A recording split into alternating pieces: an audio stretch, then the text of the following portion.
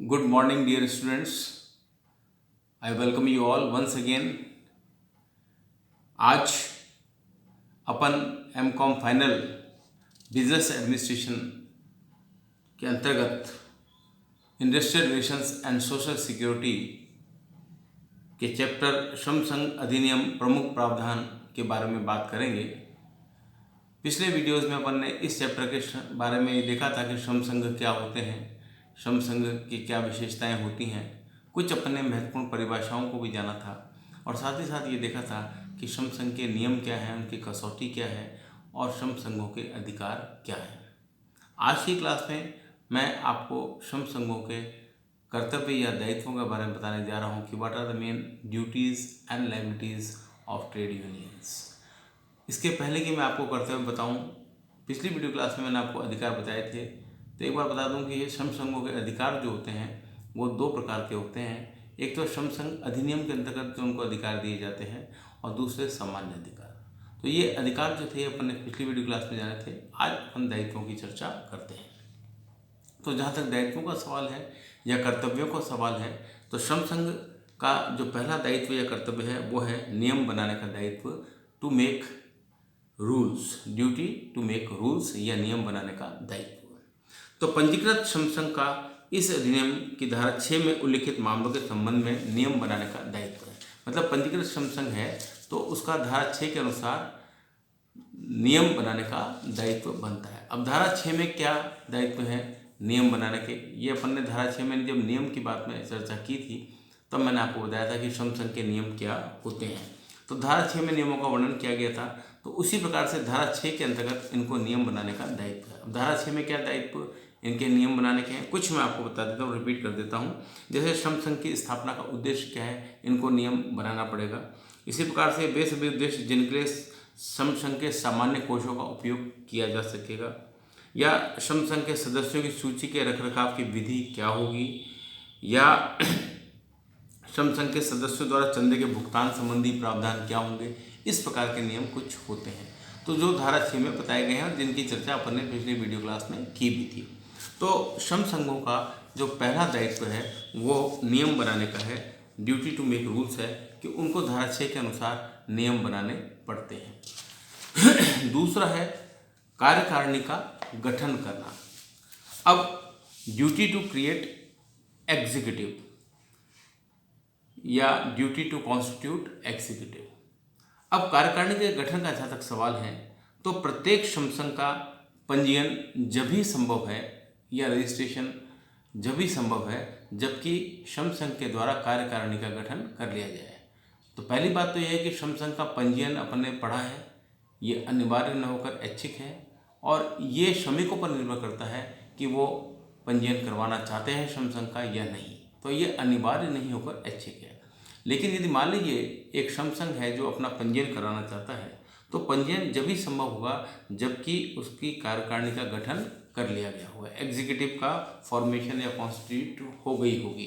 अगर executive constitute नहीं होगी तो उसका पंजीयन नहीं होगा और जब तक श्रम संघ का पंजीयन नहीं होता जब तक श्रम संघ का अपना वैधानिक अस्तित्व नहीं होता है या श्रम संघ अपने वैधानिक अस्तित्व में नहीं आ पाता है। तो पहली चीज़ ये है कि श्रम संघ के पंजीयन कराने के लिए कार्यकारिणी का गठन करना जो है अति आवश्यक है। इस हेतु इसके कम से कम जो आधे सदस्य हैं, मतलब पंजीयन के लिए क्या होगा कि कम से कम आधे सदस्य उस उद्योग में कार्यरत या नियुक्त होने चाहिए जिस उद्योग से श्रम संघ का संबंध है, और ऐसे सदस्य अवयस्क न हो, अपराधी न हो और सजा प्राप्त वाले व्यक्ति नहीं होने चाहिए।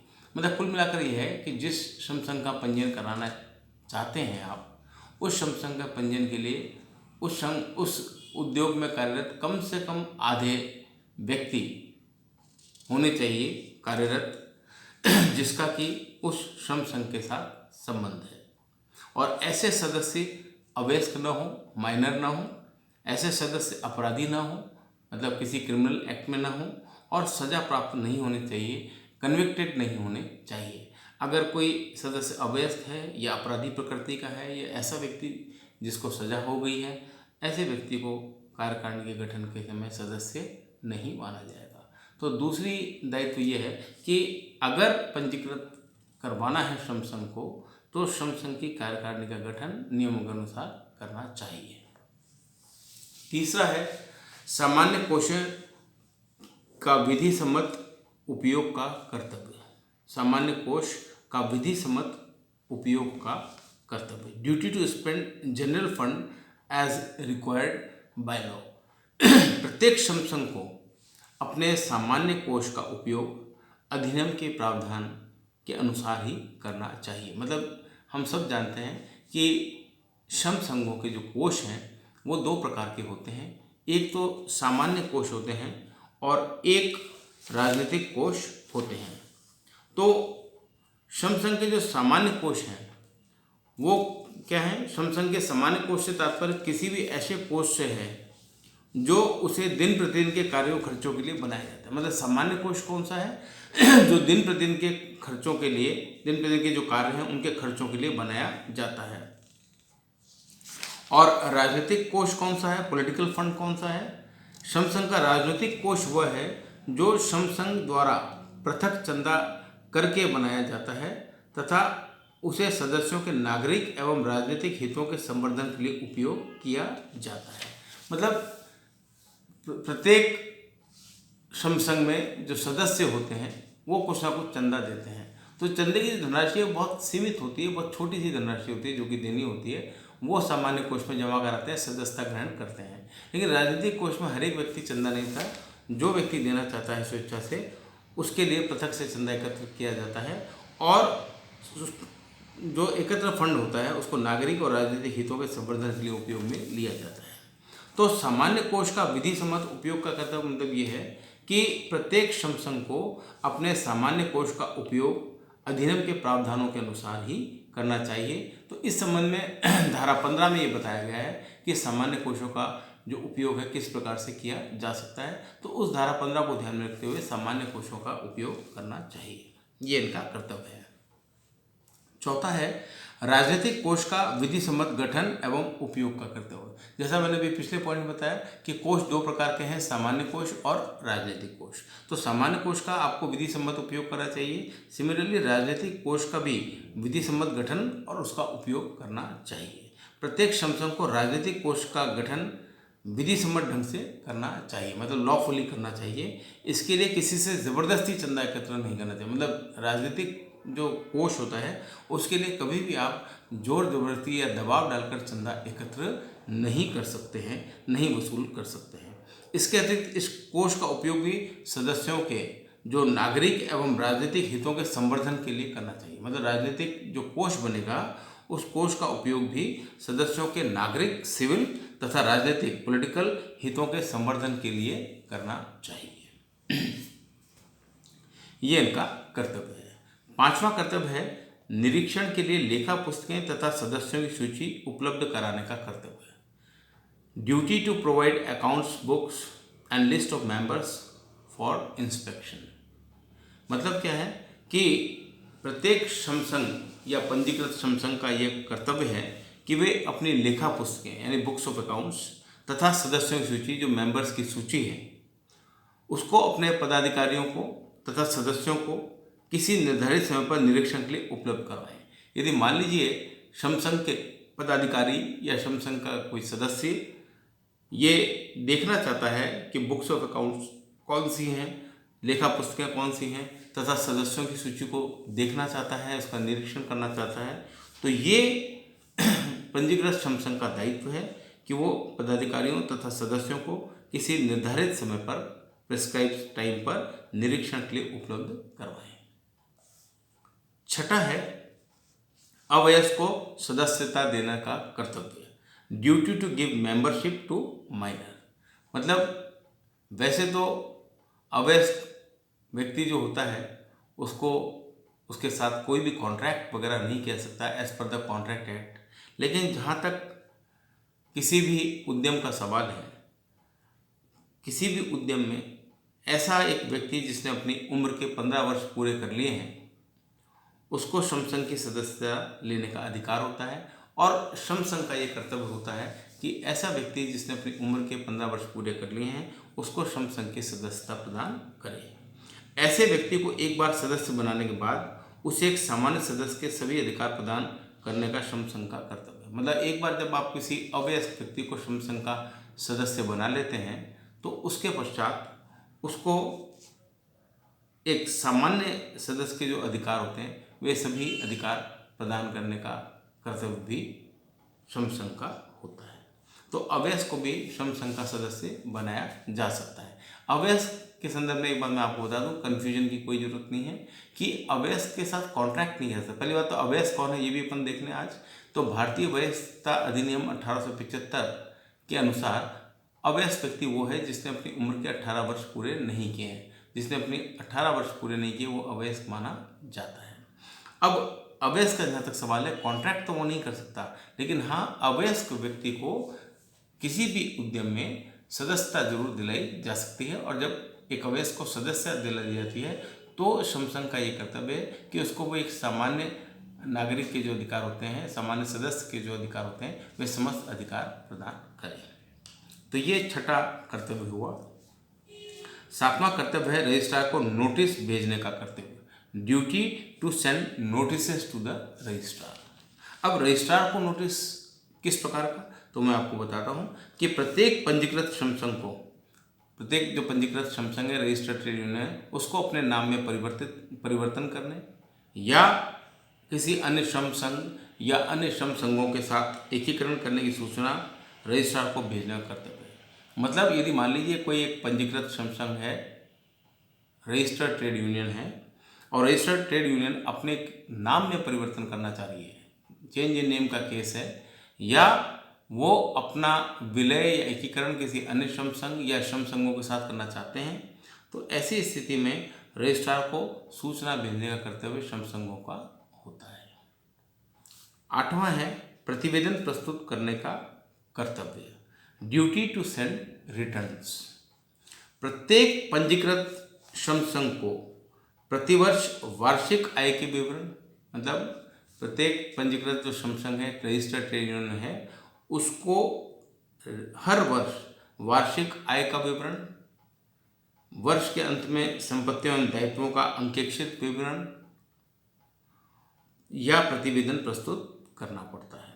मतलब इनको क्या कर्तव्य है इनका कि अगर कोई रजिस्टर्ड ट्रेड यूनियन है तो उसको हर एक वर्ष अपनी आय और व्यय का विवरण, इनकम एंड एक्सपेंडिचर का विवरण तथा वर्ष के अंत में at the end of the year संपत्तियों और दायित्वों का विवरण, वो भी अंकेक्षित फॉर्म में प्रस्तुत करना पड़ता है।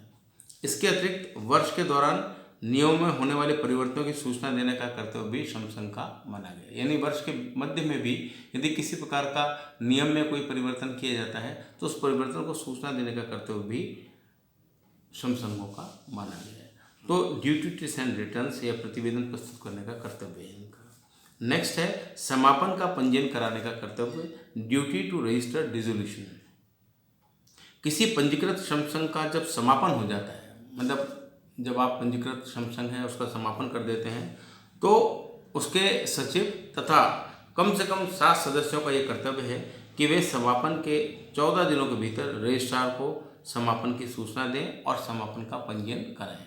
मतलब यदि रजिस्टर्ड ट्रेड यूनियन का पंजीयन, रजिस्टर्ड ट्रेड यूनियन या पंजीकृत श्रम संघ का समापन हो गया है तो ऐसी स्थिति में उस पंजीकृत श्रम संघ के सचिव और कम से कम 7 सदस्यों का ये कर्तव्य है कि वो इस पंजीयन की समापन की सूचना रजिस्ट्रार को भेजें और साथ ही साथ समापन का पंजीयन भी करवाएं। 10वां है पुस्तकें तथा प्रलेख रजिस्ट्रार को उपलब्ध करवाने का कर्तव्य, duty to make available the books of accounts and documents to registrar. अब बुक्स ऑफ अकाउंट्स या डॉक्यूमेंट्स में क्या है कि जब रजिस्ट्रार या तो रजिस्ट्रार स्वयं या उसका कोई प्रतिनिधि श्रम संघ को आदेश दे तो उसे अपने पंजीयन का प्रमाण पत्र, अगर मान लीजिए रजिस्ट्रार या रजिस्ट्रार के बिहाफ पे कोई उसका प्रतिनिधि श्रम संघ को आदेश देता है तो श्रम संघ को अपने पंजीयन का प्रमाण पत्र, लेखा पुस्तकें, बुक्स ऑफ अकाउंट्स, अन्य प्रलेख आदि को निरीक्षण हेतु उपलब्ध करवाना चाहिए। मतलब यदि रजिस्ट्रार या रजिस्ट्रार का कोई प्रतिनिधि श्रम संघ को इस प्रकार का आदेश देता है कि वो उनके पंजीयन का प्रमाण पत्र देखना चाहते हैं या बुक्स ऑफ अकाउंट्स देखना चाहते हैं, लेखा पुस्तकें देखना चाहते हैं या किसी अन्य प्रलेख का निरीक्षण करना चाहते हैं, तो उसे उन प्रलेखों के निरीक्षण के लिए रजिस्ट्रार को कागजात दिखाने पड़ते हैं। ये उनका कर्तव्य है। वह इन पुस्तकों तथा प्रलेखों को यदि किसी निर्धारित स्थान पर मंगवाता है तो भी श्रम संघों को वहाँ उपलब्ध करवाना चाहिए। यदि मान लीजिए रजिस्ट्रार, और रजिस्ट्रार नहीं तो यदि उसका कोई प्रतिनिधि बुक्स ऑफ अकाउंट्स या पंजीयन का प्रमाण पत्र या कोई अन्य प्रपत्र को किसी अन्य स्थान पर देखने के लिए बुलाता है, तो भी श्रम संघ का ये कर्तव्य है कि वो उस स्थान पर जाकर रजिस्ट्रार या उसके प्रतिनिधि को वो सब कागजात दिखा दें और चेक करा दें। लेकिन इसमें ये बात है कि ये जो दूरी है ये 10 किलोमीटर से ज़्यादा की दूरी नहीं होनी चाहिए पंजीकृत कार्यालय से। जहाँ पर श्रम संघ का कार्यालय है उससे 10 किलोमीटर रेंज में रजिस्ट्रार या रजिस्ट्रार कोई प्रतिनिधि कागजात देखने की डिमांड कर सकता है। लेकिन यदि मान लीजिए दूरी 10 किलोमीटर ज़्यादा है तो पंजीकृत श्रम संघ का कोई कर्तव्य नहीं बनेगा। अन्यथा अगर विदिन द 10 किलोमीटर्स की रेंज में रजिस्ट्रार या उसका प्रतिनिधि कोई डॉक्यूमेंट देखने के लिए कहता है तो ये श्रम संघ का कर्तव्य बनता है कि वो उसको वो पुस्तकें या वो प्रमाण पत्र या अन्य कोई प्रपत्र जिसको देखने के लिए कहा गया है उसको दिखाने का उसका कर्तव्य बनता है। और लास्ट है जुर्माना चुकाने का कर्तव्य, ड्यूटी टू पे फाइन। अब जहाँ तक जुर्माने का सवाल है या फाइन का सवाल है या पेनल्टी का सवाल है, तो यदि कोई श्रम संघ या उसका कोई पदाधिकारी या अन्य अधिकारी, मतलब या तो श्रम संघ के द्वारा या श्रम संघ के किसी पदाधिकारी के द्वारा या अन्य अधिकारी के द्वारा इस अधिनियम के प्रावधानों का पालन करने में त्रुटि की जाती है अथवा वो त्रुटि जारी रहती है, या तो कोई आपने त्रुटि कर दी पंजीकृत श्रम संघ ने या किसी पदाधिकारी ने या अधिकारी ने कोई त्रुटि कर दी या वो त्रुटि जारी है, तो श्रम संघ का ये कर्तव्य है कि वह इस अधिनियम की व्यवस्थाओं के अनुसार जुर्माने का भुगतान अदा करे। तो अगर मान लीजिए श्रम संघ किसी प्रकार की कोई त्रुटि करता है या पदाधिकारी कोई त्रुटि करता है या कोई अधिकारी त्रुटि करता है, तो ये श्रम संघ का कर्तव्य है कि वो इस अधिनियम के प्रावधानों के अनुसार जुर्माने की राशि का भुगतान करें।